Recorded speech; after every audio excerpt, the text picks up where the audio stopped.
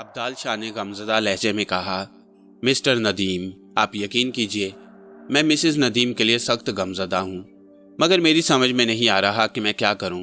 उन बदबख्तों को कागजात मिल गई हैं। असूली तौर पर उन्हें मिसेस नदीम से कोई काम नहीं होना चाहिए। वो उन्हें क्यों रिहा नहीं कर देते? इसलिए मेरे दोस्त कि उन्हें कागजात नहीं मिल सके। मैंने कहा और वो चौंक कर मुझे देखने लगा। फिर बोला, मैं समझा नहीं। मैंने जो कुछ कहा वो गलत नहीं है। वो फाइल लेकर गई हैं, लेकिन उस ब्रीफ केस के अंदर रखे हुए फाइल में उन्हें सिर्फ सादा पेपर मिले होंगे। उसकी आंखें हैरत से फैल गईं, इसलिए कि असल कागजात अब मेरे पास हैं। वो चकरा गया। मैंने आहिस्ता से कहा, हाँ, वो कागजात मेरे पास महफूज हैं, लेकिन मिस्टर नदीम आपने? हाँ, जाहिर है मैं तुम्हें फौरी तौर पर उनके बारे में नहीं बता सकता था। मैंने उन कागजात को उस फाइल से निकालकर सादा कागज उसमें लगा दिए और ब्रीफ केस उसी तरह रख दिया। क्रिस्टल ब्रीफ केस खोलना मेरे लिए मुश्किल साबित नहीं हुआ, लेकिन उफ मेरे खुदा, उसे शायद बोलने के लिए अल्फाज नहीं मिल रहे थे। वो कागजात तुम्हें वापस मिल जाएंगे और मैं कोशिश करूंगा कि तुम्हें यहाँ से निकाल दूं, और फिर आप, अल्लाह मालिक है, मैं आने वाले वक्त का इंतजार करूंगा। तो फिर अब अगर तुम्हें फ्रांस पहुंचा दिया जाए तो मुश्किल होगा। मेरी बात का जवाब दो अब्दाल शाह। अगर तुम्हें फ्रांस पहुंचा दिया जाए, मैं तमाम सूरत हाल संभाल लूंगा। क्या वहां ऐसे इंतजामात हैं? हाँ, बिल्कुल हैं। कुछ ऐसे प्राइवेट जरिए जिनसे मैं अपना यह काम कर सकता हूँ। मिस्टर शाह, मुझे एक यकीनी मंसूबा चाहिए जिसके तहत तुम कह सको कि कागजात जो दर हकीकत तुम्हारी, मेरी और उन चारों अफराद की जिंदगी से ज्यादा कीमती हैं, क्योंकि ये मेरे वतन का सरमाया, मेरे वतन का मुस्तकबिल है। मैं मुहिब्बे वतन हूँ और मादरे वतन को अपनी माँ की तरह चाहता हूँ। ठीक है। इसके बाद वो खामोश हो गया और मैं भी सोच में डूब गया। फिर वो फोन मुझे मौसूल हुआ जिसका मुझे बेचैनी से इंतजार था। अब्दाल शाह उस वक्त मेरे पास ही मौजूद था जब टेलीफोन की घंटी बजी। मैंने रिसीवर उठाकर कहा, हेलो। हेलो मिस्टर नदीम, हम आपके दोस्त बोल रही हैं। मैंने अब्दाल शाह को इशारा किया और हाथ के इशारे से उससे कहा कि दूसरे कमरे में जाकर फोन सुने। अब्दाल शाह फुर्ती से बाहर निकल गया। दूसरी जानिब से आवाज आई, कहो कैसे मिजाज हैं? वैसे सबसे पहले तुम्हारे इत्मीनान के लिए तुम्हें यह बता दिया जाए कि मिसेस नदीम बखैरियत हैं और हम उनके साथ इंतहाई इज्जत का सलूक कर रही हैं, क्योंकि अभी हमारे और तुम्हारे दरमियान ऐसा रिश्ता बाकी है। क्या उनसे बात करना पसंद करोगे? अगर तुम मुनासिब समझो। हम उन्हें रिसीवर दे रहे हैं, हमें कोई खतरा नहीं है। मैं चंद लम्हे इंतजार करता रहा, फिर मुझे मोहनी की आवाज़ सुनाई दी। हेलो नदीम। हेलो मोहनी, मैंने पथरीले लहजे में कहा। वेरी गुड, मैं तुमसे इसी लहजे की तवक्को रखती थी। तुम खैरियत से हो? हाँ, ये मस्खरे मेरे साथ अच्छा सलूक कर रही हैं। मोहनी, वक्त एक बार फिर हमसे इम्तिहान चाहता है और हम वक्त को ऐसा भरपूर इम्तिहान देंगे कि वक्त भी शश्ता रह जाएगा। मोहनी की आवाज़ सुनाई दी। शुक्रिया मोहनी, वैसे हमने तो हमेशा ही वक्त से समझौता किया है। अगर एक बार फिर हमारी तकदीर में जुदाई लिखी है तो मेरा ख्याल है कि हमें वक्त से ताउन करना चाहिए। तुम बिल्कुल बेफिक्र रहो। जिंदगी के जो लम्हात तुम्हारी कुर्बत में मुझे मिल गए हैं नदीम, वो मेरे लिए इब्तदा और इंतहा हैं। फिर शायद मोहनी से रिसीवर छीन लिया गया। ये तो फ़ोन पर इश्किया गुफ्तगू शुरू हो गई। मेरे दोस्त, तुम्हें सुनकर ये खुशी होगी कि हम तुम्हारे बारे में मुकम्मल मालूमात हासिल कर चुके हैं, लेकिन मेरे दोस्त, ये नहीं समझ आया कि तुम इस सारे मामले में क्यों मुलविस हो गए। तुमने वाकई बहुत बड़ा कारनामा सर अंजाम दिया है। उन कागजात से तुम्हें क्या दिलचस्पी है, हम नहीं जानते। पहले हमें तुम्हारे बारे में कुछ नहीं मालूम था, लेकिन अब मुझे पता चल चुका है कि तुम शहजाद हो। वो शहजाद जो बहुत बड़ी हैसियत का मालिक है। यहाँ भी तुम जिस हैसियत से क़याम पजीर हो उसका हमें इल्म है। तुम्हारा एक नाम नदीम भी है, लेकिन शहजाद जो एक बहुत अजीबोगरीब शख्सियत का मालिक है और जिसके साथ उसके अहले वतन ने बदतरीन सलूक किया है, और वो एक तवील अरसे से दर बदर है, बल्कि उसे बहालत मजबूरी अपनी मौत का ऐलान करना पड़ा, क्योंकि इसके बाद उसका वतन उसे जिंदगी देने को तैयार नहीं था। और अपनी मौत का ऐलान करने के बाद तुम अब यहाँ लंदन में रूपोश हो। शायद तुम ये बात नहीं जानते कि इंटरपोल एक तवील अरसे से तुम्हारे चक्कर में लगी रही है। बहरहाल माय डियर शहजाद, इसमें कोई शक नहीं कि तुमने बहुत अजीम कारनामा सर अंजाम दिया है, लेकिन क्यों? इसके अलावा माय डियर शहजाद, ये समझ में नहीं आ रहा कि तुम इन कागजात का क्या करोगे। अगर तुम इनकी कीमत वसूल करना चाहते हो तो हम खुशी से तुमसे इस सिलसिले में बात करने के लिए तैयार हैं। मैं खामोशी से उसकी बात सुनता रहा। फिर मैंने कहा, इसमें कोई शक नहीं है दोस्तों कि तुमने मेरे बारे में ज़बरदस्त मालूमात हासिल की हैं। और वाकई ये तुम्हारा एक बड़ा कारनामा है। लेकिन अब जब तुम ये जान ही चुके हो कि मैं कौन हूँ, तो खुद भी बेहतर समझते होगे कि मेरी बीवी मुझे वापस कर दो, वरना इसके बाद क्या होगा तुम नहीं जानते। शहजाद ने बकौल तुम्हारे अपने वतन से किनारा कशी इख्तियार करके खुद को गहरी नींद सुला दिया है।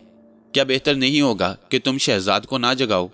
जवाब में दूसरी जानिब से क्या कहा सुनाई दिया। फिर कहा गया, ऑर्गेनाइजेशन के बारे में क्या ख्याल है? क्या तुम्हारी जिंदगी की खबर उसके लिए खुशखबरी नहीं होगी? जो दिल चाहे कर सकते हो, जंग का आगाज करोगे तो उसका नतीजा भी भुगतना होगा। शिकस्त तो किसी न किसी को होनी ही है, तुम्हें या मुझे। तुम्हें, सिर्फ तुम्हें। आने वाला वक्त इसका फैसला करेगा। मेरी तरफ से हर तरह की आज़ादी है। वैसे तुम्हें यह सुनकर खुशी होगी कि अब्दाल शाह मेरे पास है। मेरे इन अल्फाज पर चंद लम्हात के लिए खामोशी छा गई। कुछ देर खामोशी तारी रही, फिर दूसरी तरफ से आवाज आई, तुम झूठ बोल रहे हो। अब्दाल शाह, बात करो इन लोगों से, मैंने कहा। अब्दाल शाह ने कहा, हेलो मेरे दुश्मनों, कहो तुम्हारे कैसे हाल हैं? वैसे विक्टर गोम ने वही किया जिसकी उससे तवक्को की जा सकती थी। वो बुज़दिल है और एक ऐसी कौम का इंसान है जो हर तरह के हरबे इस्तेमाल कर सकती है। कागजात की जगह तुम्हें सादा कागज मिले होंगे और तुम्हारी बहुत बड़ी आरजू तिश्ना रह गई होगी। अगर तुम विक्टर गोम नहीं हो तो फिर विक्टर गोम को यह पैगाम दे देना कि वो जिंदगी भर अब इन कागजात के लिए तरसता रहेगा, ये उसे हासिल नहीं हो सकेंगे। मेरी बात मानो, इस औरत को रिहा कर दो जिसका इन वाकयात से कोई ताल्लुक नहीं। मर्दों की तरह मैदान में आकर जंग करो और फैसला करो। बकवास मत करो। एक बार तू सामने आ जाए तो हम तुझे मजा चखा देंगे। ओहो, मिस्टर विक्टर गोम, आप ही हैं। मैं आपकी आवाज पहचान चुका हूँ। आप जैसा बुज़दिल मेरे मुकाबले पर है। अपनी कुव्वत और यहाँ अपने इख्तियारात से काम लेकर तुमने जो कुछ कर लिया है, बस वही तुम्हारी औकात है। लेकिन तुम देख लो मैंने किस तरह तुम्हारे मुंह में हाथ डालकर वो निकलवा लिया जो हमारा अपना था। तुम बकवास बंद करो, मैं तुम्हें देख लूंगा। तुम लोग कहाँ तक जा सकते हो? टेलीफोन उसे दो। मैं बोल रहा हूँ। सुनो माय डियर शहजाद या माय डियर नदीम, 24 घंटे का नोटिस दे रहा हूँ मैं तुम्हें। हर 8 घंटे के बाद तुमसे राब्ता किया जाएगा और ये पूछा जाएगा कि अब्दाल और कागजात को हमारे हवाले करते हो या नहीं। 24 घंटे के बाद तुम्हारी बीवी को कत्ल कर दिया जाएगा। मेरी बीवी तो कत्ल हो चुकी है मेरे दोस्त, और तुमने टेलीफोन पर उसकी गुफ्तगू भी सुनी होगी। हम लोगों को वतन के नाम पर कत्ल होना हर तरह की मौत से ज्यादा अजीज है। और कुछ कहना चाहते हो? लेकिन जवाब में दूसरी तरफ से एक गुर्राई हुई आवाज सुनाई दी।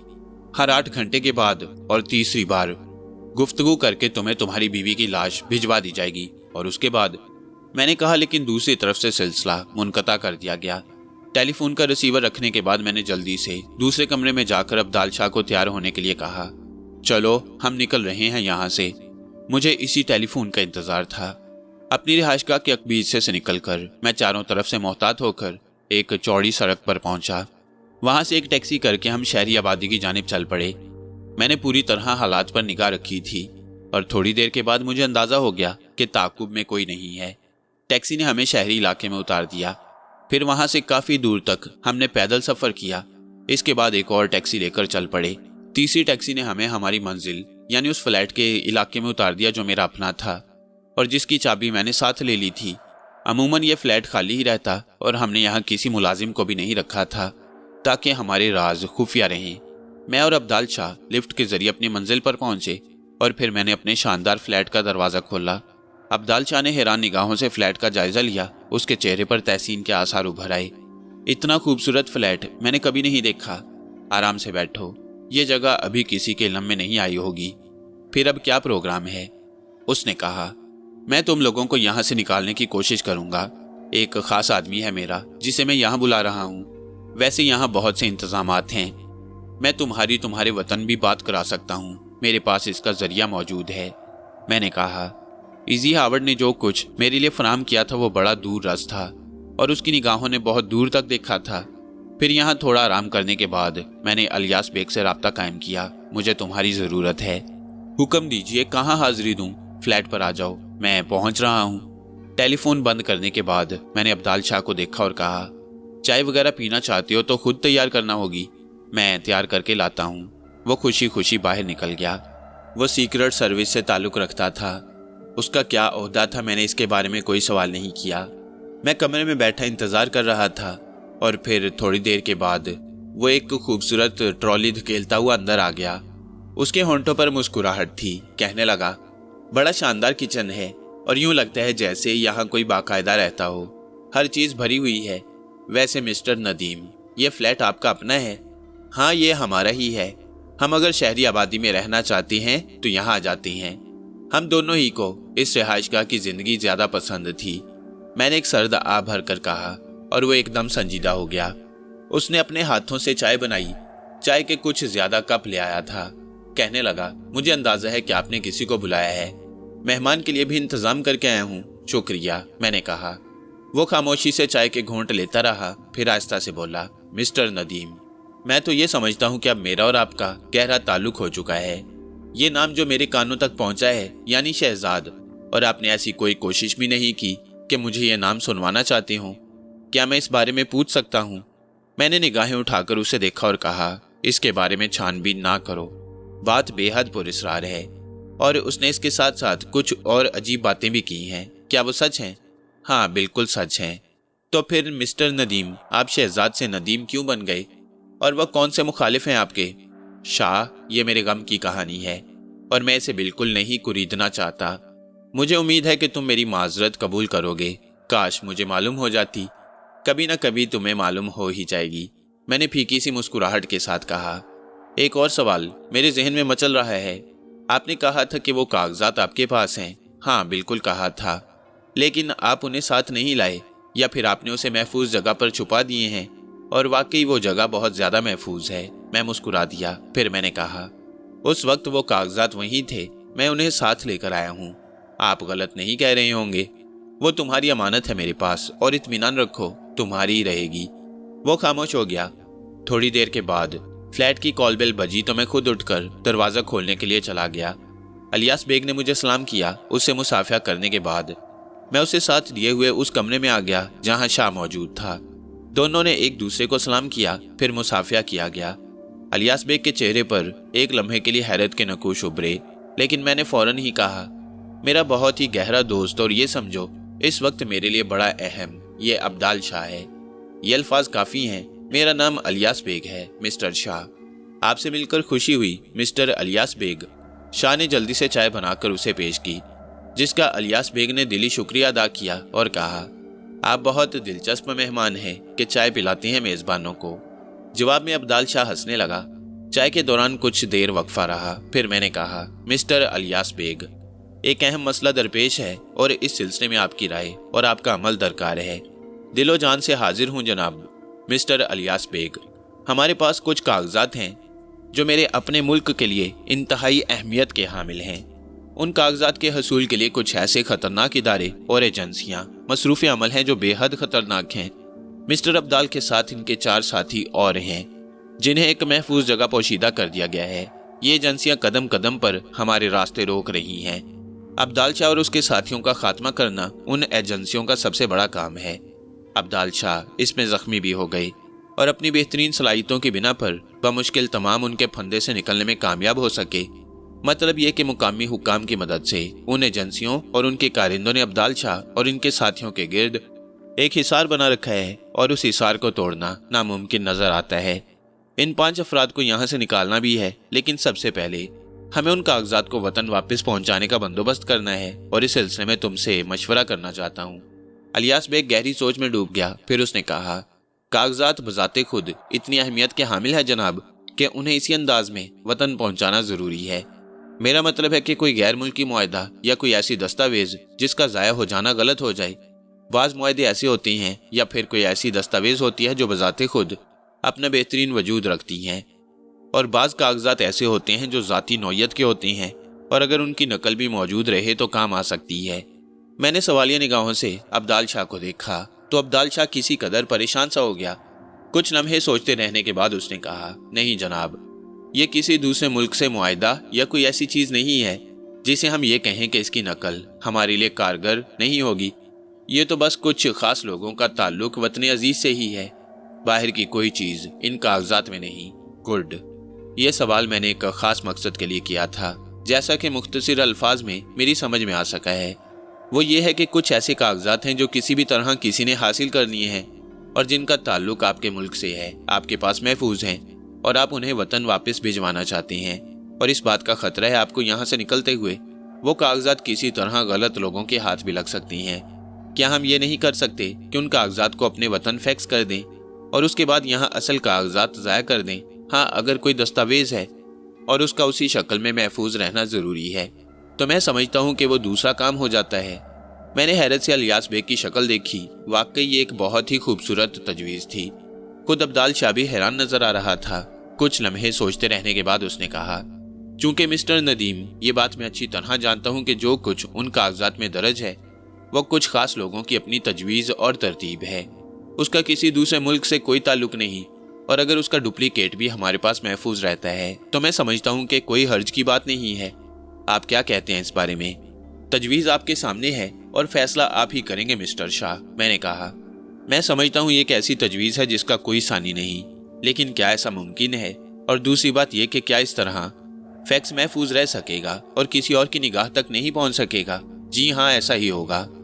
इलियास बेग, तुम्हारा शुक्रिया अदा करता हूँ कि तुमने एक बेहतर तजवीज़ पेश करके हम लोगों को ज़हनी सुकून दिया। लेकिन अब ये बताइए अब्दाल शाह, कि आप अपने उन 4 साथियों को किस कदर महफूज समझते हैं जितना आपने इजहार किया है? मैंने उन्हें एक नफसियाती तरीके से एक ऐसी जगह महफूज किया है जहां वो किसी मुश्किल का शिकार नहीं हो सकते। ताहम मैं आपको बताए देता हूं कि इस वक्त बंदरगाह पर मजदूरों की हैसियत से काम कर रही हैं। मैंने उन्हें हर तरह के कागजात फराहम किए हैं और ये कागजात मेरी अपनी काविशों से हासिल हुए हैं। इलियास बेग के होंठों पर मुस्कुराहट फैली। उसने कहा, यहाँ ये सबसे महफूज तरीका है मिस्टर नदीम। तो फिर ठीक है इलियास बेग, तुम्हारी इस मौसर और फौरी तजवीज़ को हम कबूल करते हैं, और मैं समझता हूँ इस वक्त तुमने बहुत बड़े मसले को चुटकियां बजाते हुए हल कर लिया है। इलियास बेग ने कहा, तो अब बताइए कि हम लोगों को क्या करना है? बेहतर तो ये होगा कि आप मेरे साथ ही चलें। वो जगह बिल्कुल महफूज है जहां मैं आपको ले जाऊंगा। कागजात भी अपने पास ही रखें और उसके बाद हम फैसला कर लेंगे। ठीक है, हम आपके साथ ही चलेंगे। इसके बाद फ्लैट में रहने का कोई जवाज नहीं था। इलियास बेग की कार बहुत शानदार थी। पहले भी मैं इस कार को देख चुका था। हम फ्लैट से बाहर निकले और कार की पिछली सीटों पर बैठ गए। इलियास बेग ने ड्राइविंग सीट संभाल ली। फिर हम फासले तय करते रहे और फिर हम एक खूबसूरत बिल्डिंग के सामने रुक गए। ये बिल्डिंग दफ्तर की बिल्डिंग थी जिसके सामने इलियास बेग ने कार रोकी। उस पर एक बहुत ही खूबसूरत बोर्ड लगा हुआ था जिस पर बेग एंड को लिखा हुआ था। मेरे होंठों पर एक मध्यम सी मुस्कुराहट फैल गई। कार से उतरने के बाद इलियास बेग ने उस इमारत के मेन गेट की तरफ जाने की बजाय एक बगली सिमत इख्तियार की और थोड़ी सी राहदारी तय करके एक लिफ्ट के करीब पहुंच गए। लिफ्ट पर लिफ्ट मैन मौजूद था। उसने इंतहाई अदब से बटन दबाकर दरवाज़ा खोला और बेग ने गर्दन हिला दी। लिफ्ट मैन नीचे रुक गया।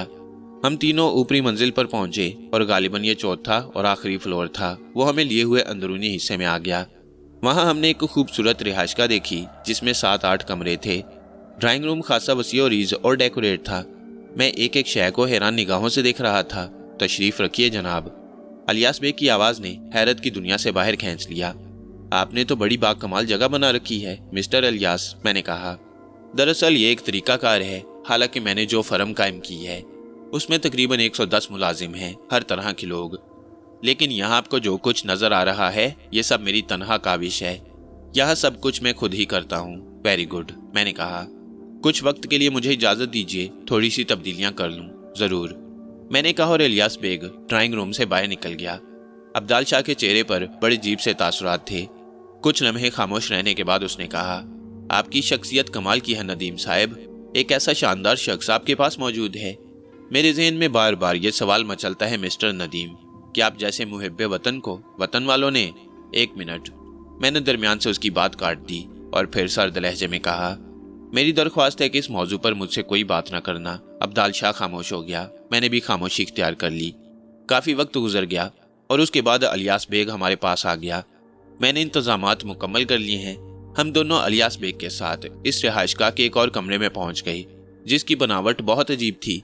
उसका दरवाज़ा एक अलमारी से गुजरता था और उसी बिल्डिंग में इस कमरे को 6 सीढ़ियों के बाद नीचे बनाया गया था। बज़ाहिर पूरी रिहाइशगाह में ढूंढ लिया जाए लेकिन ज़हन इस कमरे तक नहीं पहुंच सकता था। कमरा खासा बड़ा था और इंतहाई नफासत से आराज था। उसमें ख़ास किस्म की मशीनें लगी हुई थीं। टेलीफोन भी बिल्कुल अलग ही नौइयत का था। ये बात अब्दाल शाह तो नहीं जान सकता था, सिर्फ मैं ही जानता था। ये सारा सिस्टम इजी हावर्ड ने इलियास बेग को दिया होगा और यहाँ से वो इजी हावर्ड से राब्ता रखता होगा। इलियास बेग हमें एक मशीन पर ले गया। उसने कहा, यह इंतहाई ज़रूरी है मिस्टर अब्दाल। कि जो गुफ्तगू आप उन लोगों से करेंगे वो हम भी सुने और अपने लिए लाहे अमल मुकर्रर करें, और आप यकीनी तौर पर इस सिलसिले में हम पर मुकम्मल भरोसा करें। अब्दाल शाह ने ठंडी सांस लेते हुए कहा, अब जब सारा इन्हिसार मैं आप लोगों पर कर रहा हूँ, ये बात मेरे बस से बाहर है कि आप ही से कुछ छुपाने की कोशिश करूँ। बेहद शुक्रिया, आपको हमारी तरफ से कोई मायूसी नहीं होगी। फिर उसने अब्दाल शाह से वो नंबर पूछे जिन्हें डायल करना था, और अब्दाल शाह ने एक कागज़ पर यह नंबर लिखकर इलियास बेग को दे दिए। ये नंबर बहुत खुफिया थे और यकीनी तौर पर इसका ताल्लुक मिलिट्री डिपार्टमेंट से होगा। दूसरी तरफ से थोड़ी देर के बाद कॉल रिसीव कर ली गई और एक साफ सुथरी आवाज़ उभरी, 000-80800 कोड नोट किया जाए। अब्दाल शाह ने कहा, 905 फ्रॉम लंदन। ठीक अब्दाल शाह, हाँ ज़ाती कोड दोहराओ, 000-3000। ठीक है, जल्दी से खैरियत बताओ, सब परेशान हैं। कर्नल शहबाज से बात करना चाहता हूँ। ठीक है, एक लम्हा इंतज़ार करो। फिर दूसरी तरफ खामोशी तारी रही और कुछ मिनट के बाद दूसरी तरफ से आवाज़ उभरी, शहबाज, 000-3000। अब्दाल शाह, तुम्हारे बारे में जो रिपोर्ट हमें मिली है, हम उससे सख्त परेशान हैं। कर्नल हाफिज भी हमसे मुसलसल राब्ता किए हुए हैं। खुदा के लिए वक्त ज़ाया किए बगैर सबसे पहले अपनी खैरियत बताओ। मैं अपने साथियों के हमरा खैरियत से हूँ, मगर हमें इतला मिली है कि तुम इंतहाई मुश्किल हालात में गुजारा कर रहे हो और ज़रूरतमंदों की निगाहों से लापता हो चुके हो। हमारा दुश्मन मुसलसल हमारे पीछे लगा हुआ है, लेकिन जनाब इसके साथ साथ एक खुशखबरी यह है कि मैंने वो फाइल हासिल कर ली है। जिंदाबाद, दूसरी तरफ से आवाज़ सुनाई दी। इसके अलावा सूरत हाल यह है कि हमारे दुश्मनों ने हमारे गिर्द मजबूत नाकाबंदी कर रखी है और मुकामी हुकाम उनकी मदद कर रही हैं।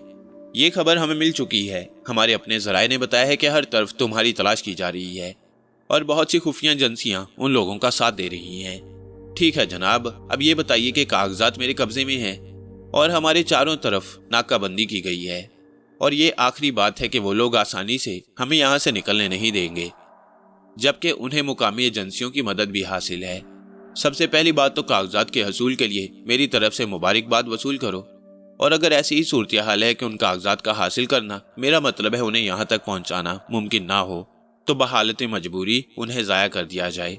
कर्नल हाफिज का कहना है कि वो अपनी ज़िंदगी के सबसे बड़े नुकसान से दो चार होंगे, चूँकि जो फार्मूले उन कागजात में महफूज हैं उनकी कोई नकल हमारे पास नहीं, और दोबारा उन्हें तैयार करने का मतलब ये है कि मज़ीद 10 साल दरकार होंगे। इस तरह से उन फार्मूलों की ये हैसियत भी हो जाती है और फिर उनसे हमारी एटमी पॉलिसी का पता भी चलता है। जिंदगी की कीमत पर उन कागजात को किसी दूसरे के हाथ में ना लगने दो। तुम्हारे लिए बहुत बड़ा एजाज़ मौजूद है और मुकम्मल तौर पर इस बात का इत्मीनान हो तुम्हें कि तुम वो कागजात ले आओगे तो ठीक है, वरना दूसरी शक्ल में उन्हें ज़ाया कर दो। ये एक अजीम कौमी नुकसान होगा, लेकिन हम ये नुकसान बहालत मजबूरी बर्दाश्त कर लेंगे। इसका एक और तरीका है जनाब। वो क्या? यहाँ मुझे कुछ ऐसे लोगों का सहारा हासिल हो गया है जिनके पास बड़े पुरस्कार ज़राए हैं। हम उन कागजात को फैक्स कर सकते हैं। आप इसका इंतज़ाम कर लीजिएगा, क्योंकि आपकी गुफ्तगू से मुझे इस बात का अंदाज़ा हो चुका है कि ये कागजात अपनी असल शक्ल में लाना ज़रूरी नहीं। अगर इसकी गुंजाइश है तो हम उन्हें फैक्स कर देते हैं और इसके बाद मैं उन्हें ज़ाया कर दूंगा। मगर वो कौन लोग हैं? खुशकिस्मती से मुहिब्बे वतन, आला सलाहियतों के मालिक, कुर्बानियाँ देने वाले। मैं आपको तफसील बताऊंगा तो आप शशदर रह जाएंगे। दूसरी तरफ चंद लम्हात के लिए खामोशी तारी हो गई। तो सर, आप एक ऐसी फैक्स मशीन का इंतज़ाम करें और उसका नंबर मुझे दे दें। मैं वो कागजात फैक्स किए देता हूँ और उसके बाद मैं उन्हें जलाकर खाकस्तर कर दूंगा। मेरा फैक्स नंबर नोट करो। ये मशीन सबसे ज़्यादा महफूज है, चूँकि डिपार्टमेंट की खसूसी फैक्स मशीन है जिस पर दुनिया भर से सीक्रेट्स मौसूल होते हैं। जी सर, प्लीज़ नंबर बताइए। और दूसरी तरफ से नंबर बताया गया, जिसे अब्दाल शाह ने कागज़ पर दर्ज कर लिया। फिर उसने कहा, अब से ठीक 1 घंटे के बाद आप उन कागजात को खुफिया तरीके से मौसूल करें और इसके बाद मुझे उनके मौसूल हो जाने की इतला करें। हम मुंतज़िर हैं। दूसरी तरफ से कहा गया, शुक्रिया, खुदा हाफिज। खुदा हाफिज। इलियास बेग ने अब्दाल शाह को देखा और उसने आंखें बंद करके ममनूनियत से गर्दन हिला दी। तो इलियास बेग ने यह सिस्टम ऑफ कर दिया और इसके बाद मुस्कुराने लगा। अब्दाल शाह बुरी तरह थका थका और निढाल नजर आ रहा था। मैं उसकी कैफियत को महसूस कर रहा था। चुनाचे कुछ वक्त के लिए मुकम्मल खामोशी इख्तियार कर ली गई। फिर अब्दाल शाह ने गहरी सांस लेते हुए कहा, हकीकत यह है कि कुछ जिम्मेदारी मुझे सौंपी गई थी, मैंने उस पर कुछ काम कर लिया। لیکن اگر آپ میری مدد نہ کرتے مسٹر شہزاد ندیم تو شاید میں شدید مشکلات کا شکار ہو جاتا۔ میں نے گہری سانس لے کر گردن ہلاتے ہوئے کہا، میرا خیال ہے کہ ہم اس کام کی تکمیل کے بعد ہی یہاں سے اٹھیں، اور اب تو آپ لوگ میری طرف سے کچھ قبول کر لیں۔ قبول کیا ہم نے، میں نے بنتے ہوئے کہا، اور الیاس بھی ہنستا ہوا اٹھ گیا۔ اس کے جانے کے بعد ابدال شاہ نے کہا، یہ بات ہمیشہ میرے ذہن میں خلش بنی رہے گی کہ آپ جیسے انسان کو وطن دشمن کیوں قرار دیا گیا۔ آپ یقین کیجئے میں شاید زندگی میں آپ کو کبھی فراموش نہ کر سکوں۔ میں نے اس موضوع پر خاموشی ہی اختیار رکھی۔ الیاس نے خاصا پرتکلف اہتمام کیا ہماری خاطر مدارت کے لیے۔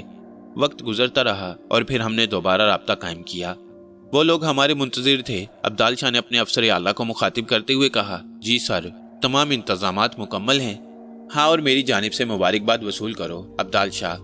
کرنل حافظ نے تمہارے اس قدم کو بہت سراہا ہے اور کہا ہے کہ ایسے حالات میں جب وہ ایک خوفناک مشکل میں مبتلا ہو گئے تھے، تم نے وہ کام سر انجام دیا جس کی جس قدر بھی تعریف نہ کی جائے کم ہے۔ وہاں سے واپسی کے لیے تمہاری کیا مدد کر سکتی ہیں؟ زندگی میں بہت جد و جہد کی ہے میں نے سر، لیکن یہ حقیقت ہے کہ واپس آنے کے بعد میں آپ کو ایک ایسی شخصیت سے روشناس کراؤں گا جس کے بارے میں سن کر آپ اس پر یقین نہیں کر سکیں گے۔ یہ کام اسی کے تعاون سے ہوا ہے۔ آخر وہ کون سی شخصیت ہے؟ کیا ہم اس سے بات نہیں کر سکتے؟ جواب میں ابدال شاہ نے میری طرف دیکھا اور میں نے نفی میں گردن ہلا دی تو ابدال شاہ نے کہا، نہیں سر، کسی مناسب موقع پر۔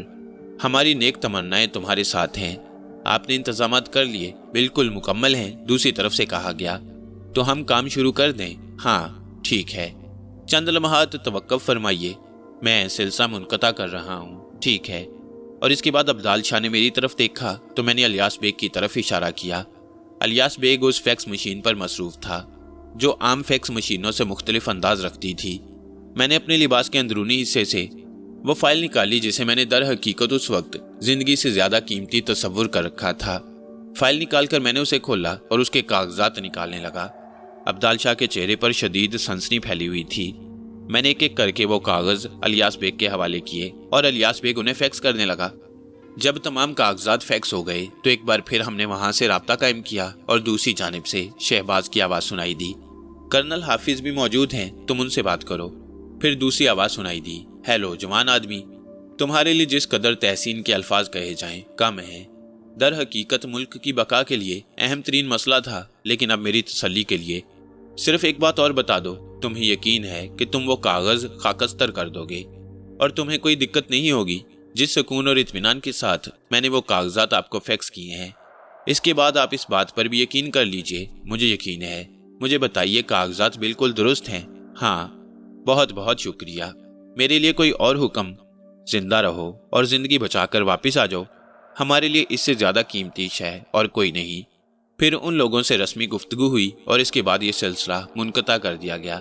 ابدال شاہ کے چہرے پر شدید سنسنی طاری تھی، اس کا چہرہ سرخ ہو گیا۔ میں نے اس کی کیفیت کو محسوس کرتے ہوئے کہا، اب یہ آخری فریضہ بھی سر انجام دے دیا جائے۔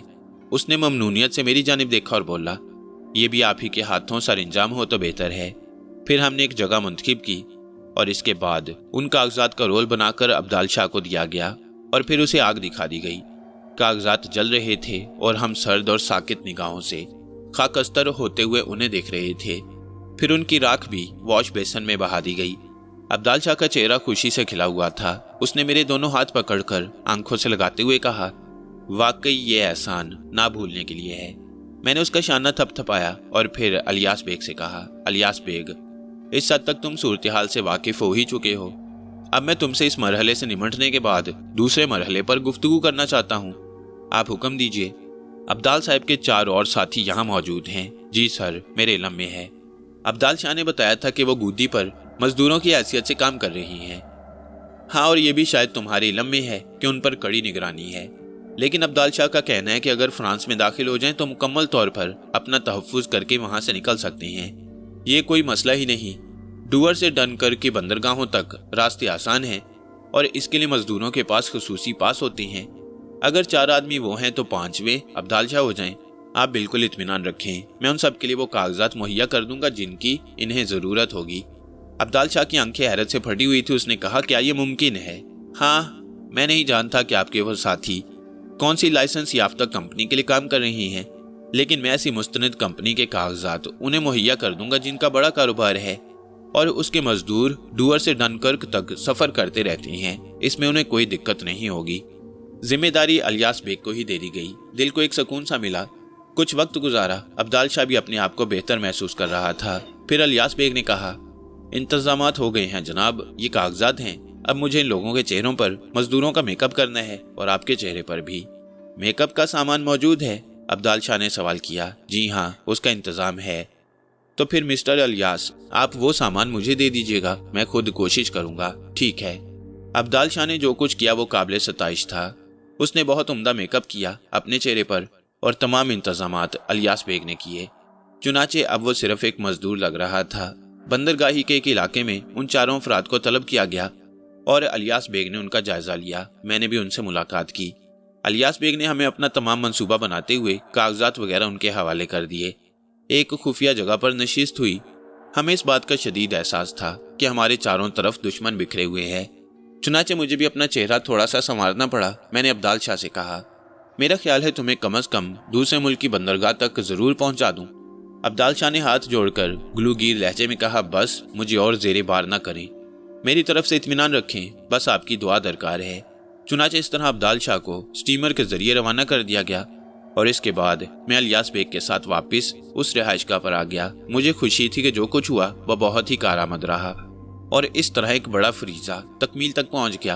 अलियास बेग ने वापस आने के बाद कहा, हमारे पास ये नंबर महफूज है जिस नंबर पर अब्दाल शाह ने राब्ता कायम करके ये सारी गुफ्तगू की थी। कुछ वक्त के बाद हम उस नंबर से मालूमात करके ये पूछेंगे कि क्या अब्दाल शाह अपने साथियों के हमरा वहाँ खैरियत से पहुँच गया है या नहीं। मैंने गर्दन हिलाते हुए कहा, नहीं अलियास, हमारा काम जिस कदर था वो हम सर अंजाम दे चुके हैं। असल मसला उन कागजात को गैरों के हाथों से महफूज करके अपने वतन वापस पहुंचाना था। वो ज़रूरत और ख्वाहिश के मुताबिक हो चुका है। वो नंबर अगर तुम्हारे पास महफूज भी है तो उसे ज़ाया कर दो और इस सिलसिले को मुकम्मल तौर पर भूल जाओ। ठीक है जनाब, जो आपका हुक्म।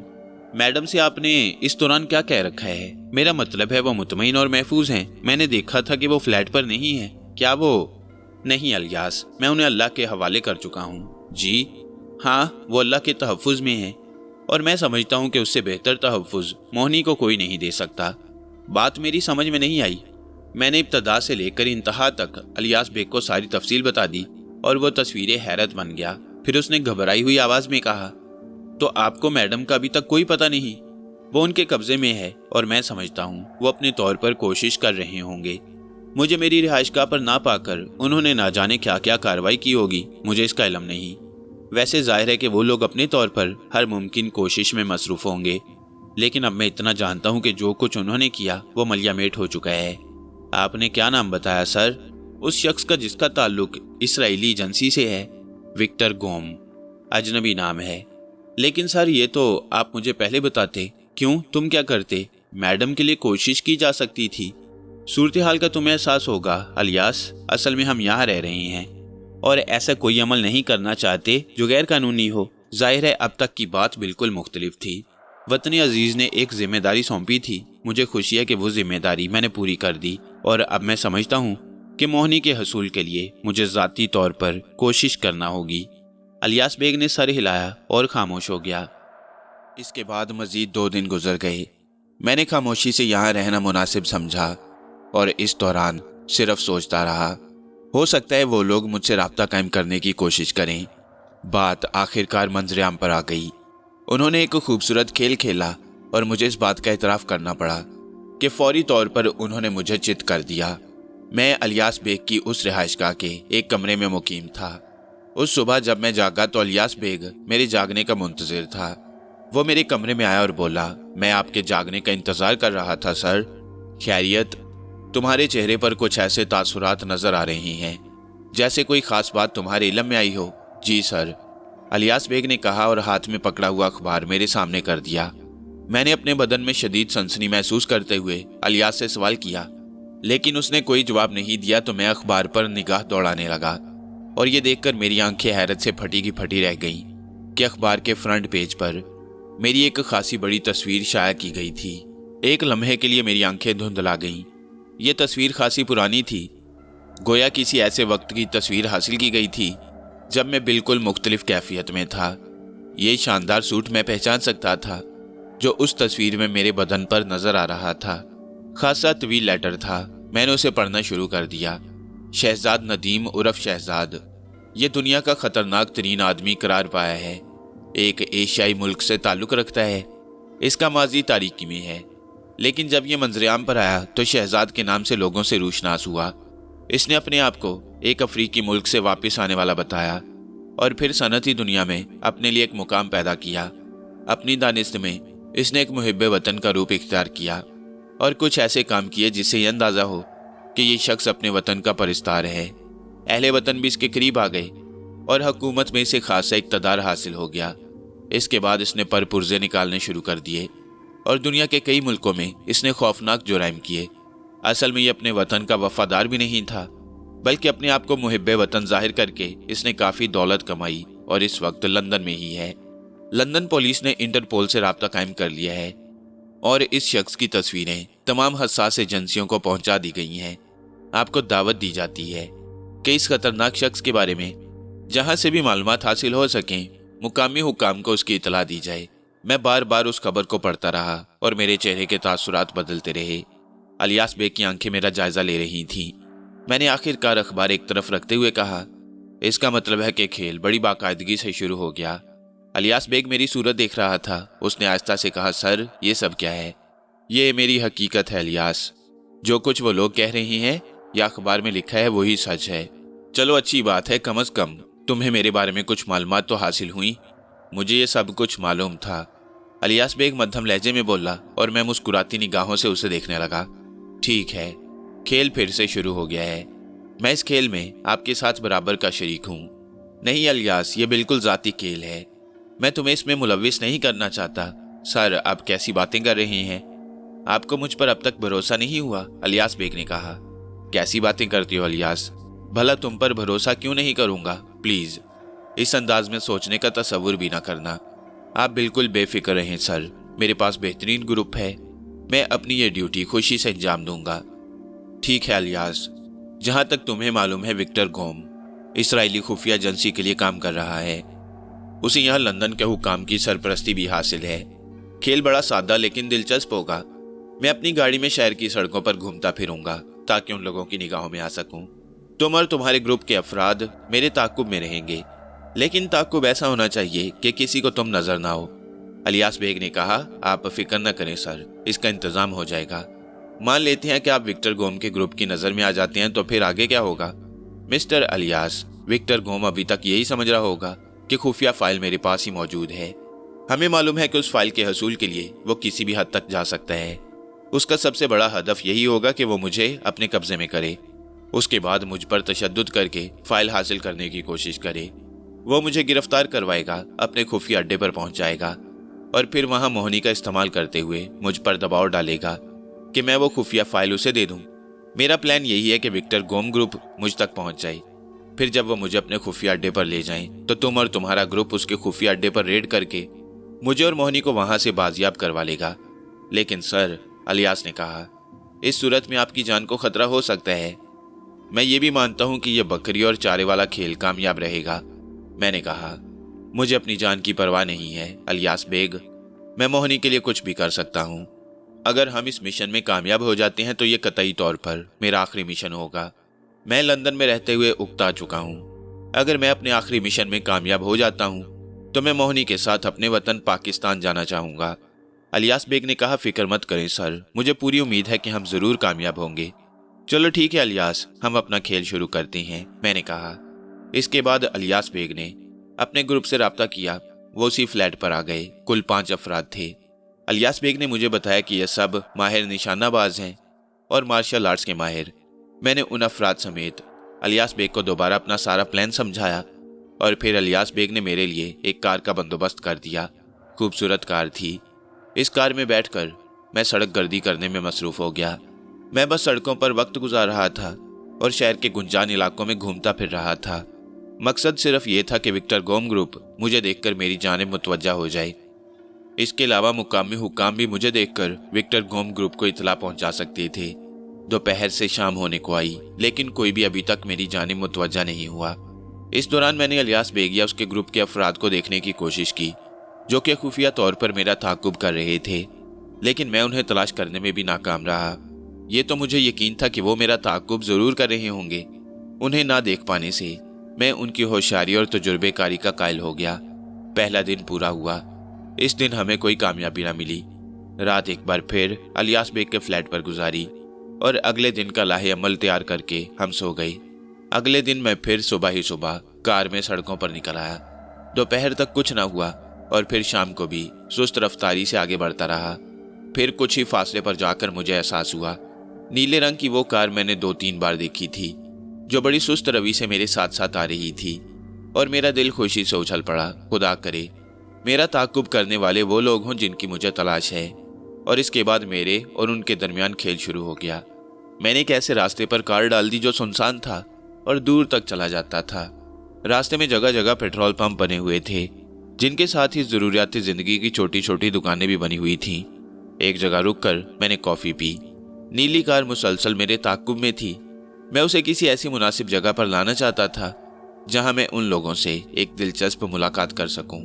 और फिर वहां से चलकर मैंने थोड़े फासले पर एक जैली सड़क पर कार उतार दी। ये जैली सड़क अभी ज़ेरे तामीर थी और किसी ऐसी जगह तक जाती थी जहां कुछ इमारतें बन रही थीं। ये इमारतें गालिबन सनती इमारतें थीं, लेकिन अभी ज़ेरे तामीर थीं और उस वक्त काम रुका हुआ था। मैंने नीली कार को उसी जैली सड़क पर उतरते हुए देखा और मुतमईन अंदाज में गर्दन हिलाई। अब मैं उनका सामना कर लेना चाहता था। कम से कम सिलसिला आगे तो बढ़े। फिर मैंने ज़ेरे तामीर इमारतों से कुछ फासले पर कार रोकी और उसे नीचे उतर आया। नीली कार वाले कुछ फासले पर आकर रुक गए। फिर कार के चारों दरवाजे खुल गए, लेकिन अगली सीट से सिर्फ 2 आदमी उतरे। उन्होंने अपने दोनों हाथ बुलंद किए हुए थे। मैं दिलचस्पी से उन्हें देखता रहा। वो मुझसे कोई 10 गज के फासले पर आकर रुक गए। मुकामी ही लोग मालूम होते थे। अचानक एक आदमी ने अपने हाथ में पकड़ी हुई कोई चीज बड़ी महारत से कार के करीब से गुजरते हुए खिड़की के अंदर फेंक दी। गालिबन ख्वाब आवर थी। चंद लम्हों के बाद मेरे हवास साथ छोड़ गए। बड़ी देर के बाद होश आया। कैफियत ये थी जुबान का मजा खराब, सर चकराया हुआ। ख्वाब आवर गैस के असरात इंसानी जिस्म पर ऐसे ही होती हैं। कुछ देर इसी तरह खामोशी से गुजर गई। मैंने अपनी जगह से उठकर उस पूरे कमरे के माहौल को देखा। खिड़कियों और दरवाजों पर पर्दे लहरा रहे थे। फर्नीचर भी अच्छा ही पड़ा हुआ था। मैं अपनी जगह से उठकर एक खिड़की की तरफ बढ़ गया जिस पर पर्दा लहरा रहा था।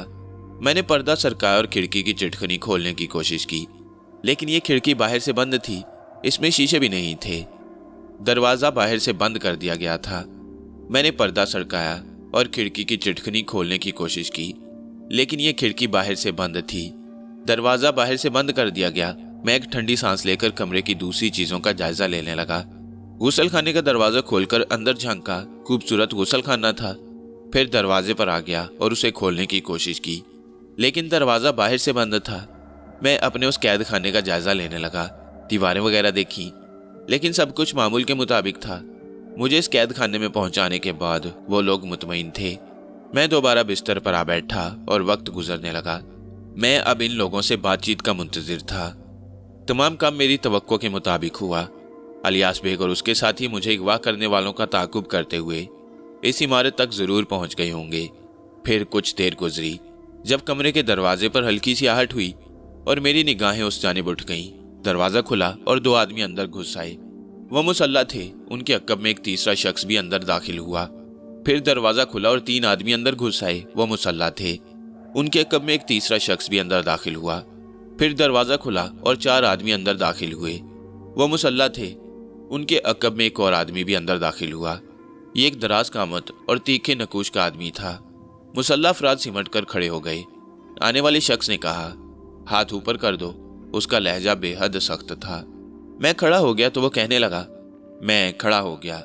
जब मैंने दोनों हाथ ऊपर कर लिए तो उसने गर्दन खम की और इसके बाद एक और आदमी कमरे में दाखिल हुआ। अजीब शक्ल और सूरत का मालिक, बहुत ही बदनुमा। ऐसा लगता था जैसे किसी इंसानी बदन पर तोते का सर रख दिया गया हो। मुड़ी हुई चोंच जैसी नाक, उसके नीचे फैले फैले होंठ जो बस एक लकीर की शक्ल में महसूस होते थे। गोल गोल आंखें जिनसे वो मुझे घूर रहा था। वो मेरे नजदीक पहुंचा और फिर उसका उल्टा हाथ मेरे मुंह पर पड़ा। बड़ी ताकत से ये ज़रब लगाई गई। इस गैर मुतवक्का ज़रब से मैं लड़खड़ा गया। हाथ की ज़रब इस बात का एहसास दिलाती थी कि वो बहुत ताकतवर है। उसने आगे बढ़कर मेरा गिरेबान पकड़कर मुझे खड़ा कर दिया। उसकी दहकती हुई आंखें मुझ पर जमी हुई थीं और बारीक होंठ भिंचे हुए थे। दिल तो चाह रहा था कि जान की बाजी लगा दूं और ऐसा सबक दूं उसे कि फिर जिंदगी में वो किसी को सबक देने के काबिल ना रहे, लेकिन खुद को संभालने के लिए कुछ लम्हे जरूरी थे। खेल बिगाड़ने से कोई फायदा नहीं। वो 16 बार आंखों से मुझे घूरता रहा और मैं अपनी जगह से खड़ा हो गया। मैंने उसे सर्द निगाहों से देखा और दिल में फैसला कर लिया, ऐ शख्स, तू जो कोई भी है, तेरे बदन के रुएं रुएं को काट कर फेंक दूंगा, जरा मुझे सूरत हाल से वाकिफ हो जाने दे। चुनाचे खामोशी से अपनी जगह संभल गया। गालिबन होंठ फट गया था क्योंकि एक लकीर ठोड़ी पर बहती हुई महसूस हो रही थी। तब उसने इंतहाई नरम लहजे में कहा, मेरा नाम विक्टर गोम है। उसका अंदाज बड़ा अजीब था। एक मस्खरापन उसके अंदाज से झलकता था, यानी जिस तरह उसने मेरे मुंह पर थप्पड़ मारकर अपना तारुफ कराया था वो उसका एक मजाक था। मैंने भी उससे मजाक करते हुए कहा, आपसे मिलकर बहुत खुशी हुई मिस्टर विक्टर। अभी कहाँ, अभी तो तुम्हारे लिए बहुत ही खुशियां बाकी हैं, बैठ जाओ, उसने कहा और मैं सोफे पर बैठ गया। तो ये है विक्टर गोम। मेरे दिल में उसके लिए शदीद नफरत का जज्बा था और मैं सोच रहा था कि इसे किसी तरह कच्चा चबा जाऊं। उसने घूमकर अपने साथियों की जानिब देखा और उसके बारीक होंठों पर मध्यम सी मुस्कुराहट फैल गई। बड़ी शफाक कैफियत थी। फिर वो मुझसे बोला, बहुत ही बड़े आदमी, तुम्हारा सबसे बड़ा जुर्म यह है कि तुम मुसलमान हो और दूसरा बड़ा जुर्म यह कि एक ऐसे मुल्क से तुम्हारा ताल्लुक है जो वो अपना जुमला अधूरा छोड़कर खामोश हो गया। उसकी आंखों से निकलने वाले शोले कुछ और बढ़ गए। मेरे लिए उसके ये जुमले दिलकश थे। मैंने एक हल्का सा कहका लगाकर कहा, हाँ, खुदा के फजल से मेरा ताल्लुक उस मुल्क से है जिसका नाम सुनकर तुम लोगों का दम निकलता है। मेरे इन अल्फाज पर उसके अंदाज में तशन्नुद सा पैदा हुआ, जैसे मेरे इन अल्फाज ने उसे कोई सदमा पहुंचाया हो। उसके हाथों की मुट्ठियां बंद हो गईं और फिर देर तक वो अपने आप को पुरसुकून करने की कोशिश करता रहा। एक शदीद जज्बाती किस्म का आदमी था। उसने कुछ बोलने के लिए अल्फाज तलाश किए, फिर कहने लगा, और तुमने अपने हाँ की तमाम बुराइयों को नज़रअंदाज करके सिर्फ ये फैसला किया है कि हमें तबाह बर्बाद कर दो। अपनी बुराइयां देखने के लिए हमारे पास बहुत वक्त है, माय डियर विक्टर गोम। सबसे पहले हमारा जो अहम मकसद है वो ये है कि तुम्हारे नासूर को हमेशा के लिए दुनिया के नक्शे से मिटा दिया जाए, और इसके लिए तुम भरपूर कोशिश कर रहे हो। हाँ, ना सिर्फ तुम बल्कि तुम्हारे हम मजहब, वो तमाम मुल्क, लेकिन तुम भी जानते हो कि किसके बल पर तुम अपने आप को बरकरार रखे हुए हो। मेरे इन अल्फाज पर वो सख्त जोश में आ गया और तैश के आलम में खड़ा हो गया और किसी गोरीले की तरह अपने सीने पर दोनों हाथ मारता हुआ बोला, हम सिर्फ अपने बल पर जिंदा हैं, दुनिया से अपनी बका की भीख नहीं मांगते, मेहनत कर रहे हैं, तरक्याती इक़दामात कर रहे हैं अपने लिए, वो सब कुछ कर रहे हैं जो जिंदा कौमों को करना चाहिए। देख लो, अपनी बका को हमने हासिल कर लिया है। क्या नहीं कर रहे तुम लोग हमारे खिलाफ? क्या बिगाड़ चुके हो तुम हमारा? बकवास करते हो विक्टर गोम, तुम अपने तौर पर कुछ नहीं कर रहे। जरा अपने मददगारों से पीछे हटकर बात करो, वो सब कुछ मालूम हो जाएगा तुम्हें जो तुम्हारी गलतफहमी है। तुम कुछ भी कहो, लेकिन तुम्हें अंदाजा हो जाएगा कि आने वाला वक्त क्या फैसला करता है। हाँ, वक्त के फैसले से ना तुम वाकिफ हो और ना मैं। क्या ख्याल है तुम्हारा? क्या हमारी गुफ्तगू असल मकसद से दूर नहीं हट गई? तुम सवाल कर रहे हो और मैं उन सवालात का जवाब दे रहा हूँ। अपने तौर पर तो मैंने कुछ भी नहीं कहा। तुम मुझे गिरफ्तार करके लाए हो और बुज़दिलों की तरह यहाँ कैद कर दिया है। मैं इस वक्त बेबस हूँ और बेबसी का इजहार यह है कि तारुफ के लिए हाथ मिलाने की बजाय तुमने एक थप्पड़ मेरे मुंह पर रसीद किया। काश मैं तुम्हारी सारी कौम के मुंह पर थप्पड़ रसीद कर सकता, लेकिन जिसको थप्पड़ मार देता हूँ ये थप्पड़ मारकर सोचता हूँ कि मैंने बहुत बड़ा कारनामा सर अंजाम दिया है। मैं मुस्कुराकर खामोश हो गया। चंद लम्हे खामोश रहा, फिर मैंने कहा, यह तुम्हारी बेबसी की इंतहा है माय डियर विक्टर गोम, कि जब तुम किसी को थप्पड़ मारना चाहते हो तो पहले उसे अपने आदमियों से अगवा कराते हो, बेहोश करके उसे अपना कैदी रखते हो, और जब वो होश में आता है तो उसे रिवॉल्वर्स की छांव में लेते हो और फिर अपनी यह ख्वाहिश पूरी करते हो। लेकिन मैं ये समझता हूँ कि यह तुम्हारा कसूर नहीं, तुम्हारी कौम की तारीख है, और जाहिर है तुम उस तारीख से अलग कैसे हो सकती हो। वो मुझे देखने लगा। उसकी आंखों में सुलगती हुई आग अजीबोगरीब कैफियत की हामिल थी। वो मुझे घूरता रहा, फिर भयानक अंदाज में हंस पड़ा। शौक़े शहादत है तुम्हें, शायद अपने मजहबी जुनून का शिकार हो, मेरे हाथों मरने के ख्वाहिशमंद। मैं तुम्हारी ये ख्वाहिश पूरी कर दूंगा माय डियर, लेकिन इस वक्त मेरे हाथ में एक ऐसा खजाना आ गया है जिसे अगर मैं अपनी मर्जी के मुताबिक इस्तेमाल करूं तो अपने मुल्क के लिए ना जाने क्या क्या हासिल कर सकता हूं। तुम इस काबिल नहीं हो कि तुम्हें कत्ल कर दिया जाए, बल्कि तुम इस काबिल हो कि तुम्हें मोहब्बत से अपने लिए इस्तेमाल किया जाए। और अगर तुम हमारे लिए काम करने पर आमादा हो जाओ तो इसमें भी कोई शक नहीं है कि एक बेश कीमत खजाने की मानिंद हो। वो जिसका नाम मुझे अब्दाल शाह मालूम हुआ, हमारे पीछे अपने मुल्क से लगा चला आया। वो बहुत चालाक आदमी था। मेरे और उसके दरमियान जबरदस्त मारकाराई हुई, लेकिन दरमियान में तुम आ गए। अब तुम मुझे बताओगे एटॉमिक एनर्जी की खुफिया फाइल कहाँ है? मैंने पूछा, मोहनी कहाँ है? इस बारे में तुम्हें इतला दी जा चुकी है कि मैडम को बड़े एहतराम के साथ एक महफूज मुकाम पर रखा गया है जो करीब ही है। अब भी हम यही चाहते हैं शहजाद कि तुम हमसे ताउन करो। मैडम इज्जत और एहतराम के साथ तुम तक पहुंचा दी जाएंगी। अब्दाल शाह तो एक मामूली सा आदमी है। जो काम तुम कर सकते हो वो अब्दाल शाह नहीं कर सकता। वो हमारे कब्जे में आ जाता अगर दरमियान में तुम्हारी ये शख्सियत ना टपक पड़ती। निकल गया था वो एक मरहले पर, बस इत्तफाक हो जाता है, लेकिन उसका तहफ़्फ़ुज़ करने वाला शहजाद था और तुम इस तरह हमारे अमल में आ गए। तो उस फाइल से आगाज होता है। वो फाइल तुम्हें हमारे हवाले करना होगी। मोहनी की बात करो, पहले उसे मेरे सामने लाओ। मैं जानना चाहता हूँ कि वो जिंदा है, उसके बाद ही मैं फाइल के बारे में तुम्हें कुछ बता सकूंगा। विक्टर गोम ने एक आदमी को इशारा किया और वो सर हिलाकर कमरे से बाहर निकल गया। हमारे ताल्लुकात अब भी बेहतर हो सकते हैं मिस्टर शहजाद, अगर तुम हमारी बात मानो। मैं खामोशी से उसकी सूरत देखता रहा। जाने वाला आदमी वापस आया और इस बार उसके साथ मोहनी भी मौजूद थी। मुझे उसे देखकर तसल्ली हुई। मैंने मोहनी से पूछा, मोहनी तुम ठीक हो? हाँ मैं ठीक हूँ, इन लोगों ने मुझे कोई तकलीफ नहीं पहुंचाई, मोहनी ने जवाब दिया। वह मुझसे कुछ दूर कुर्सी पर बैठ गई। विक्टर गोम के पहरेदार हम दोनों के आसपास मुस्ताद खड़े हो गए। अब जबकि मिस मोहनी भी तुम्हारे सामने आ चुकी है तो मैं समझता हूँ कि अब हमें फाइल का सौदा कर लेना चाहिए। विक्टर गोम बोला। फाइल?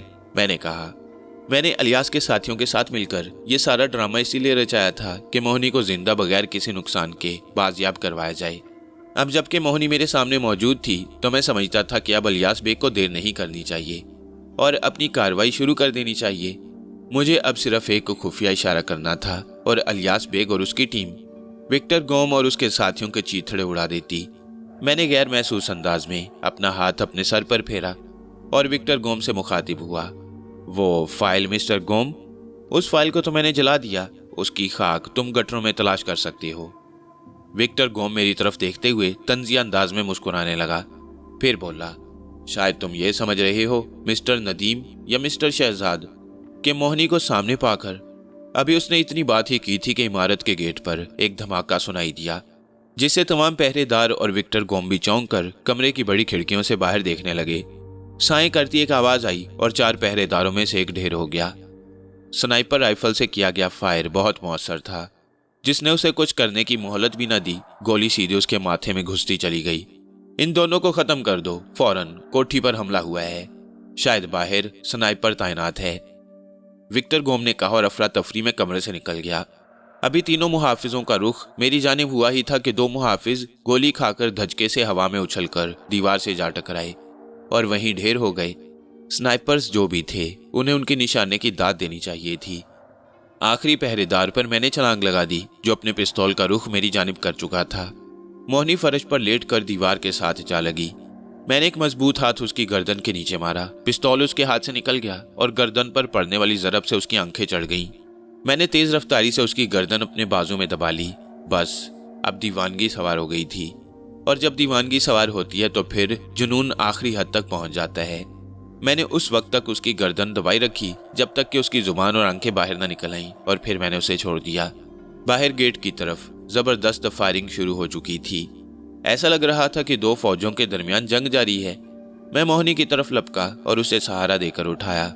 मैंने मरने वालों में से एक का पिस्तौल खुद संभाल लिया और दूसरा पिस्तौल मोहनी के हवाले करके जल्दी जल्दी उसे अलियास बेग और उसके साथियों को बताया कि उनकी ही कार्रवाई है। मोहनी ने सर हिलाया।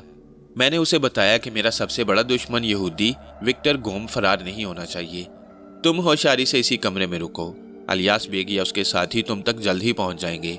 मैं विक्टर गोम को ठिकाने लगा कर आता हूँ। मैंने खिड़की से गेट की तरफ निगाह डाली। वहां लाशें बिखरी थीं और कुछ अफराद गेट में से कोठी के अंदर दाखिल हो रहे थे। मैं कमरे से बाहर निकल आया। मुझे अब विक्टर गोम की तलाश थी। काफी बड़ी कोठी थी और लाजमी बात है कि उस वक्त वो कोठी की छत पर ही मौजूद हो सकता था, क्योंकि फिजा में जहां फायरिंग मुसलसल जारी थी वहीं छत पर हेलीकॉप्टर के इंजन के चलने की आवाज भी साफ सुनी जा सकती थी। मैं जल्दी जल्दी जीने की तरफ बढ़कर सीढ़ियां तय करने लगा। मैं विक्टर गोम को किसी कीमत पर फरार नहीं होने देना चाहता था, क्योंकि अगर वो फरार हो जाता तो मेरे वतन के खिलाफ फिर किसी घिनौनी साजिश करने में मसरूफ हो जाता। यही मैं नहीं चाहता था। मैं अपने वतन के दुश्मनों में से एक नाम को खत्म करने के लिए पुरज़म था। सीढ़ियां तय करके मैं छत पर आ मौजूद हुआ। हेलीकॉप्टर मेरे सामने था और फिजा में उड़ने ही वाला था। मैंने अपना पहला फायर हेलीकॉप्टर की खिड़की के उस शीशे पर किया जहां मुझे विक्टर गोम बैठा हुआ नजर आ रहा था, लेकिन गोली शीशे को कोई नुकसान नहीं पहुंचा सकी। हेलीकॉप्टर पूरी तरह बुलेट प्रूफ था। मैंने दांत भींच लिए और पै दर पै हेलीकॉप्टर पर फायरिंग करने लगा और फिर मेरे पिस्तौल की सारी गोलियां खत्म हो गईं। मेरा दुश्मन नंबर 1 मेरे सामने था और मैं छत पर खड़ा कुछ नहीं कर सकता था। अब हेलीकॉप्टर फिजा में उठ चुका था और लम्हा ब लम्हा मुझसे दूर हो रहा था। मिस्टर नदीम, यहाँ देखें। मैंने पीछे मुड़कर देखा तो इलियास बेग नजर आया। उसके हाथ में कुछ था। पहले तो मुझे कुछ समझ नहीं आया कि वो क्या चीज़ है, क्योंकि विक्टर गोम के फरार से मेरा दिमाग साइन साइन कर रहा था। दिल चाह रहा था कि मैं हवा में उड़ने लग जाऊं और विक्टर गोम को हेलीकॉप्टर से बाहर धकेलकर उसका खेल खत्म कर दूं। इलियास बेग ने आगे बढ़कर वो रॉकेट लॉन्चर मेरे हाथ में पकड़ाया।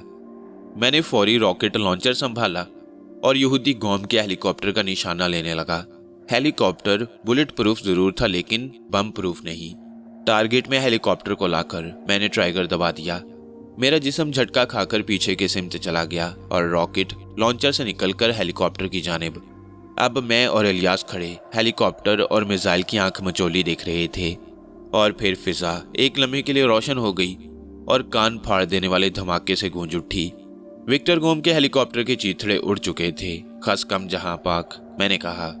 अच्छा निशाना था, इलियास बेग ने कहा। शुक्रिया इलियास बेग, अब यहाँ रुकना मुनासिब नहीं, चलो यहाँ से निकलते हैं, मैंने कहा। और फिर हम सब, मैं और मोहनी और इलियास बेग की टीम कारों में सवार हो गई और हमारा कारवां इलियास बेग के फ्लैट की जानिब बढ़ने लगा। इलियास बेग ने रास्ते में बताया कि स्नाइपर राइफल से फायरिंग में वो खुद भी शामिल था। कोठी में विक्टर गोम के 15 पहरेदार मौजूद थे और सबको ठिकाने लगा दिया गया। मैं तहसीन आमेज निगाहों से इलियास बेग को देखने लगा। ये सिर्फ इलियास बेग और उसके साथियों की ही मरहूने मिन्नत था कि हमें इस मिशन में कामयाबी नसीब हुई। मोहनी और मैं बहुत खुश थे। फ्लैट पहुंचकर सबने पार्टी की। आला तरीन खाना खाया गया। टीवी पर विक्टर गोम की कोठी पर हमले की खबर को दहशतगर्दों के ग्रुप का आपस में तसादुम बताया गया था। अब मैं मुतमईन था और घर जाने के लिए तैयार। मैंने इलियास बेग को आगाह कर दिया कि मैं मोहनी के साथ अपने वतन वापस जाना चाहता हूँ। इलियास बेग ने मेरे हुक्म पर सरे तस्लीम खम किया और मेरे और मोहनी के लिए पाकिस्तान जाने का बंदोबस्त करने लगा। इस दौरान मोहनी ने मुझे एक और खुशखबरी सुनाई कि वो मुसलमान होना चाहती है। मैंने उसे कलमा पढ़ाया और उसका नया नाम मरियम रखा गया। इसके बाद मैंने मरियम से शादी कर ली। चंद दिन बाद मैं और मोहनी पाकिस्तान जाने वाली परवाज में सफ़र कर रहे थे। इलियास बेग हमें एयरपोर्ट तक छोड़ने आया और उसने कहा, आपकी याद बहुत आएगी, तुम भी हमें बहुत याद आओगे इलियास बेग। और फिर जब मैंने सरजमीने वतन पर कदम रखा तो मेरी आंखें बेख्तियार आंसुओं से डूब गईं। मेरी मिट्टी, मेरा देश, मेरा पाकिस्तान। मरियम भी बहुत खुश थी। हमने यहाँ 3 दिन एक होटल में क्याम करके अपने तमाम असासे इकट्ठे किए और इसके बाद मैं मलका हांस रवाना हो गया। मैं और कुछ तो नहीं ला सका, लेकिन अपने बहन भाइयों के लिए मलकाओं की मलका हांस के लिए अपनी मरियम लेकर आया और मेरा दिल अपने घर जाने की खुशियों में बल्लियां उछल रहा था। मैं जानता था कि मेरे भाई इस कदर संगदिल नहीं है कि अब भी मुझसे परखाश रखते हों। मैं उन सबको एक खूबसूरत सरप्राइज देना चाहता था और मेरी सोच का एक एक लफ्ज दुरुस्त निकला। इस कदर बेख्तियार होकर सब मुझसे मिले कि मेरा घर आंसुओं में डूब गया। मैंने मरियम का तारुफ कराया तो मेरी भाभीयों ने मरियम को सीने से लगाकर उसे खूब प्यार किया। दिलचस्प बात यह है कि हुकूमत पाकिस्तान को मेरी तमाम कारकर्दगी की तमाम तफसीलात मौसूल हो गईं और बाद में मुझे मेरे वतन में एक बहुत बड़ा एजाज दिया गया। ये सब अब्दाल शाह की बदौलत हो सका, जिसके साथ जाकर मैं फौज के उन आला ओहदेदारों से मिला जिनसे लंदन में अब्दाल के मिशन के सिलसिले में बात होती रही। उन्होंने लंदन में पाकिस्तान के लिए मेरी खिदमात को बहुत सराहा। मैंने उन्हें आगाह किया कि इसराइल सीक्रेट सर्विस का सरबराह अल मशहूर विक्टर गोम हलाक हो चुका है और वही मरदूद एटॉमिक फाइल की चोरी में भी मुलव्विस था। इस वाक़े पर भी आला ओहदेदारान ने दिल खोलकर मेरी पजीराई की। अब्दाल शाह अब भी मुझे मिलता रहता है। अल्लाह ताला का शुक्र है कि आज मैं मलका हांस में अपनी बीवी मरियम के साथ बहुत खुश हूँ और मेरा ख़ानदान तरक्की की मंजिलों की जानिब रवां दवा है। آج بھی اگر میرے ملک کی جانب میلی آنکھ سے دیکھنے کی کوئی کوشش کرے گا تو میں شہزاد کو زندہ ہونے سے نہ روک سکوں گا۔